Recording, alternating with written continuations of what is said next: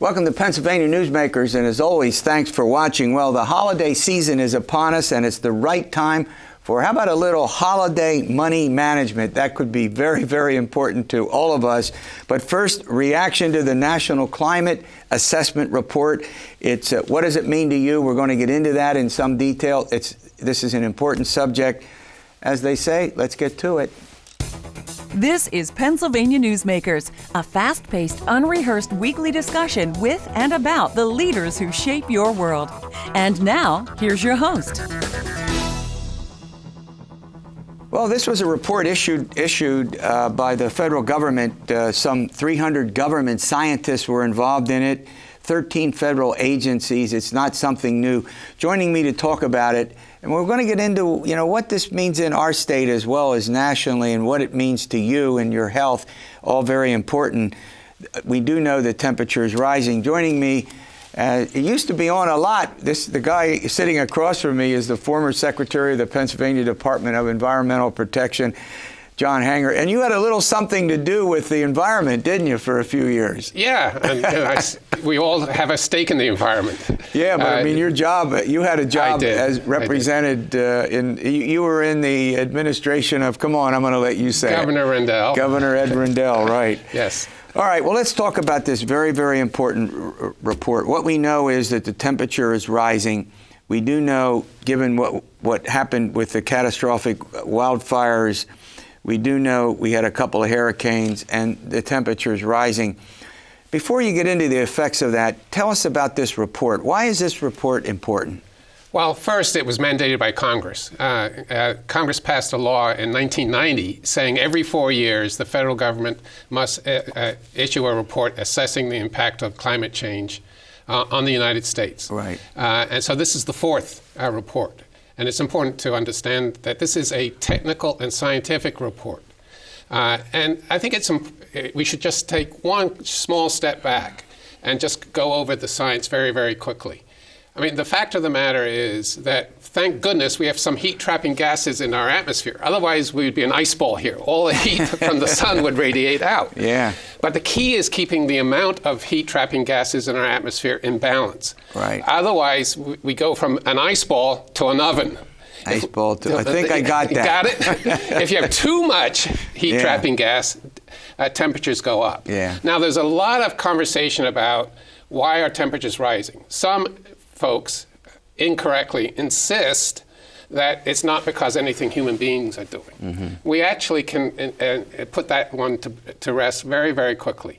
The principal heat-trapping gas is carbon dioxide. Right. Where does that mainly come from? It comes from burning coal, oil, and natural gas, so-called fossil fuels. Yeah. When you burn those products, one of the pollutants that are released into the atmosphere is carbon dioxide. So we have been measuring the concentration of carbon dioxide in the atmosphere now for a good long time. And it's gone up from over 280 parts per million of carbon dioxide in the atmosphere to now 410 parts per million. So let me break in. So the point is that we have to figure out, we're going to always have some carbon dioxide. That's, Yeah, but good. And that's a good thing to have enough. Yeah, it's a good thing. But the question is, how much? Right. And then when it gets to be too much, it has a negative effect on the economy. And I'm going to go to another area. Maybe we'll get to this a little later, more in detail. It goes to health. Exactly. Particularly for older people, but we'll so say now that. we have too much. And Okay. one of the results is that temperatures are rising. As you trap more heat, temperatures are rising. And this report says they've already gone up 1.8 degrees Fahrenheit. Now, that might not sound like a lot, but it is, in fact, a lot. The difference between the last ice age and where we are today is about 9 degrees Fahrenheit. Right. So we've gone up essentially 2 degrees Fahrenheit in a very short period of time. And the pace of temperature increases is accelerating. It's a car going faster and faster. The thermometer is going up more and more quickly. Right. And so the consequences of that heat are more heat waves. And that it absolutely threatens people who are older or people who have cardiac conditions and other health conditions. It stresses your body and then unfortunately can even shorten your life. Yep. Another consequence is the wildfires that you mentioned. We're drying out forests. We're extending the wildfire season.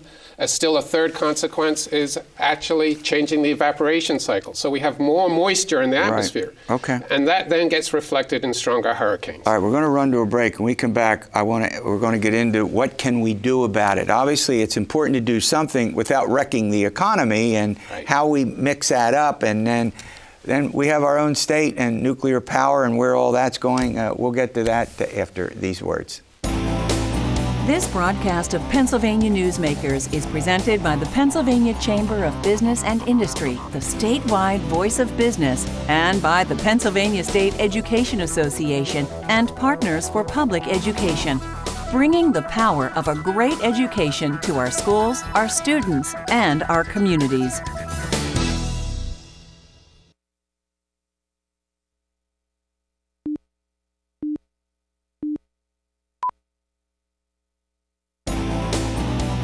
This broadcast of Pennsylvania Newsmakers is brought to you by the Pennsylvania Highway Information Association, the go-to source to learn about transportation projects and issues. Please visit pahighwayinfo.org. And by the Pennsylvania Manufacturers Association. Business in Pennsylvania is our business. Welcome back. Well, we're getting into some detail on the Fourth National Climate Assessment Report. I know that has something of a technical name, but this is important to all of us, and it's wrapped up in the future with our health, with the economy, and with a whole variety of other things. John Hanger is the former Secretary of the Pennsylvania Department of Environmental Protection. He had a lot of responsibilities during the years he served in the department I'll say maintaining environmental protection. He may want to qualify that a bit, but let's get to the issue. All right. So for the average folks out there, for our viewers, for all of us, what's the effect of all this? Well, the first effect is on public health, especially if you have a grandmother or a mother who's elderly. Higher temperatures, heat waves, when it goes above 90 degrees and stays there for 4 or 5 days, can literally sicken and unfortunately even shorten people's lives. The second impact is on things like natural disasters. We're having more flooding. We're having stronger hurricanes. The change in the temperatures doesn't produce necessarily more hurricanes, but it produces stronger hurricanes. So they're more destructive. They drop more water. And we get more flooding. And Pennsylvania, unfortunately, is a state that has a lot of flooding. Even in quote-unquote normal times, we can be victims of flooding. But as the climate changes, we're going to get bigger floods and more destructive floods. Damage to infrastructure and other things that are happening. But the good news here, Terry, is that there's ways of solving these problems. Essentially, we have to go to clean energy. We have to go to ways of powering our society that doesn't burn fossil fuels. And in Pennsylvania, we have a lot of nuclear plants. Around the country, we have renewables, and the cost of renewables are declining rapidly. The cost of energy efficiency is a bargain, cheaper light bulbs. Let me jump in here. Nuclear power plants in Pennsylvania are they've had some serious fiscal and economic concerns, 3 Mile Island in particular. So what's the future if they're having trouble competing, and you'll correct me if I'm wrong, with natural gas? So first, this is a very serious issue for Pennsylvania, and indeed the country, and that's the future of existing nuclear plants. We're not talking about new nuclear plants. It's the ones already built and that operate safely in our communities and that employ a lot of people in 3 Mile Island area, but also in York County, across the Commonwealth. Tens of thousands of good-paying jobs because of nuclear power plants. We actually have to make sure they have a level playing field in the marketplace, and they don't. They don't actually get the tax credits that wind and solar get. Very frankly, burning coal and gas is subsidized because we don't put a price on carbon. We allow them to pollute the atmosphere free of charge. Nuclear plants put no carbon dioxide or heat-trapping gas into the atmosphere. So we need a level playing field for the nuclear plants. If they have a level playing field, they will actually outcompete gas. They're actually very good machines, very good plants, great operators.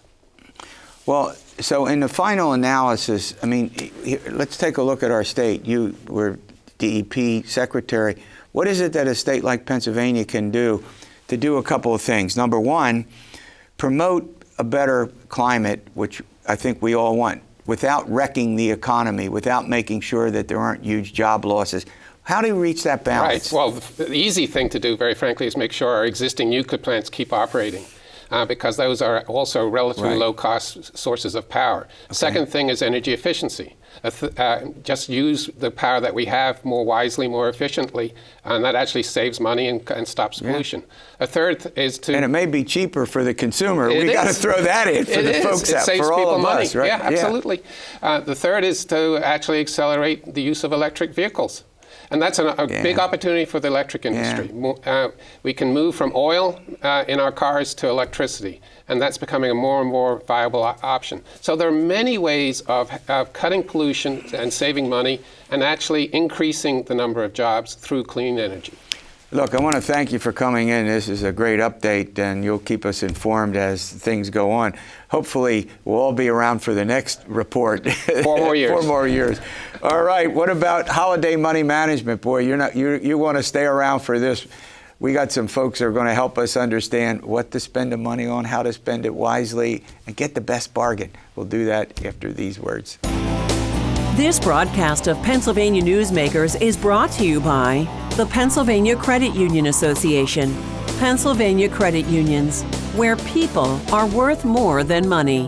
To find a credit union that is right for you, check out ibelong.org. And by the Energy Association of Pennsylvania, Pennsylvania's energy information source.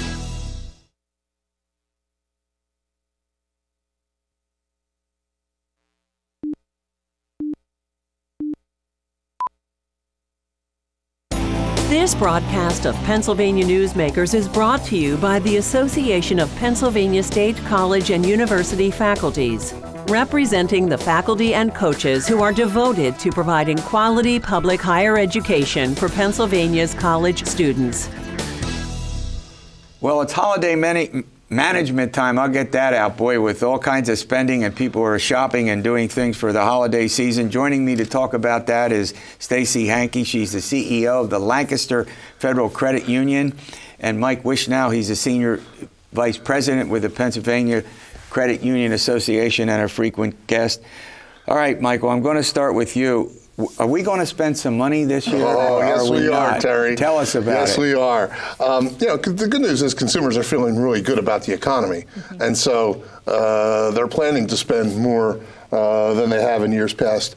As a cohort, almost $720 billion will be spent this holiday season. Wow. Is that all?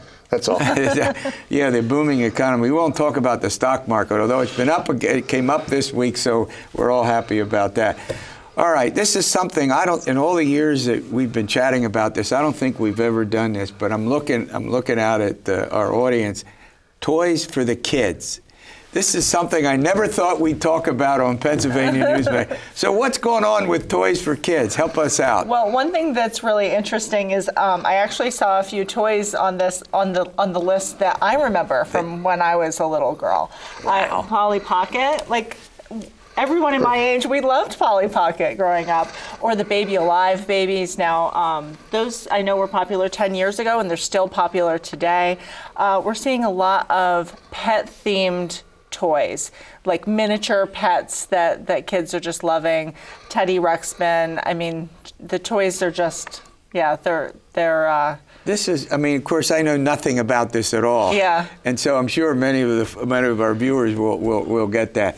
So the big point is that there are some of these products that have been approved for their safety. Is that, go ahead, Mike. Yeah, the list that we draw from is from the Good Housekeeping, and they do safety verify, typically from ages 3 or 4 up. And the interesting thing, we were talking before the show, for the first time, they don't have a boys and a girls list. They just have a list. Yeah. And most of these are pretty unisex toys. So right. I thought that was sort of cool. I agree. Yeah. All right. Well, let's go to a couple of the important things that we want to get to. Number one is that despite the fact that hopefully folks have budgets and decide what they're going to spend in advance, but they go up, and people end up in debt, right? Right. The average consumer is spending a little over $1,000 on their holiday shopping this year, which I think was 4% or so more than last year. But unfortunately, lots of people don't plan for that expense, so they're using a credit card to pay for that $1,000 and maybe not paying it off as quickly as they would like. So we would love to see people budget for that. So for example, if you are spending $1,000 in a holiday season, if you're somebody who's paid on a bi-weekly basis, putting $40 away each pay would enable you to have that full $1,000 ready for you the next holiday season. I got it. So you're anticipating what you're going to spend. Is that right? Correct. Absolutely. Yeah, and that makes sense. Yeah. All right. Well, let's go to something else. You say here that there are 5 easy ways to control your holiday debt. So let's go through some of these. Well, I mean, Stacey hit the first one, and that's develop a written budget. Correct. And then stick to that budget. It's interesting, about half of the holiday shopping is online these days, and half of it is through stores. So the online component, as Stacey was saying, almost requires you to use a card. Right. Yeah. Right. Yeah. I would recommend that when you're doing your holiday shopping that you use one card, and that way you can easily track where you are at with your spending, so that you don't kind of lose track of miscellaneous things that you might be buying. Yeah. And pay that card off often from your checking account, maybe once a week. Bring it back down to the zero. Right. And I love this, the final one, if all else fails, use cash. Yeah. Absolutely. I like that Absolutely. one. It's proven that, we don't like to reach into our pocket and hand them a $20 bill. It's so much easier to swipe that card. Yeah. So again, if you're running close to the end of your budget, switch to cash and you'll probably stick to it. All right, we're going to run to the final segment, and when we get there, we're going to talk about 2019. Believe it or not, it's not that far away. And what do we do about our money management? We'll help you out with that. This broadcast of Pennsylvania Newsmakers is brought to you by the Pennsylvania Medical Society. Inspired physicians committed to the good health of Pennsylvanians and the advancement of the practice of medicine. And by the Pennsylvania Healthcare Association, the future of long-term care.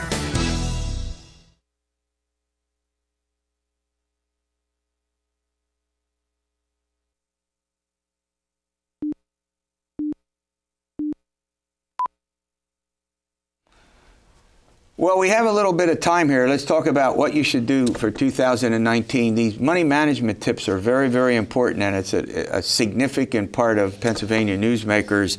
I'm chatting with Stacey Hankey and Mike Wishnow. So, Michael, I'll start with you. You recommend 5 different resolutions for 2019. Take it. Yeah, I mean, the first one's create a budget. Again, a budget is a plan for where you're going to spend your money, and it really outlines your priorities. If you like to do entertainment, put a bigger number in your entertainment budget. If you like to drive a nice car, put your money there. But at least know and understand where your money's going and do it deliberately. Yeah, Fair? It can be really, really easy to lose track of those small things that you're spending money on, and having a budget that is written is so helpful in realizing when you are maybe overdoing it. I'm going to add one. And in your budget, have a contingency fund. There's always things that happen that you can't predict, right? Absolutely. Rainy day fund is very important. And paying yourself. All right. You also say if you don't have one, establish a relationship with a credit union or a bank. Go ahead. Oh my gosh, yes. So there are, I believe, 10 billion unbanked consumers in this country. Yeah, 10 million. 10 million. I'm sorry, gosh. And what happens when Now, when you say unbanked, you mean they have no relationship at all? Correct. They have no relationship at all. And what happens in those cases is that those folks are using check cashers, payday lenders, and they are paying so much more for those services than they would ever pay if they had a relationship with a credit union in their community. And oftentimes those folks are absolutely not in the position to be paying more. They need to be saving money, and it would be such a big help to move into a credit union relationship. And handle the debt. Review the debt. Absolutely. I mean, almost all of us have debt. If it's mortgage debt, if it's credit card debt, if it's student loan debt, if it's a car loan, whatever it is. But take a look at that debt once a year. And really, January is the perfect time to do it.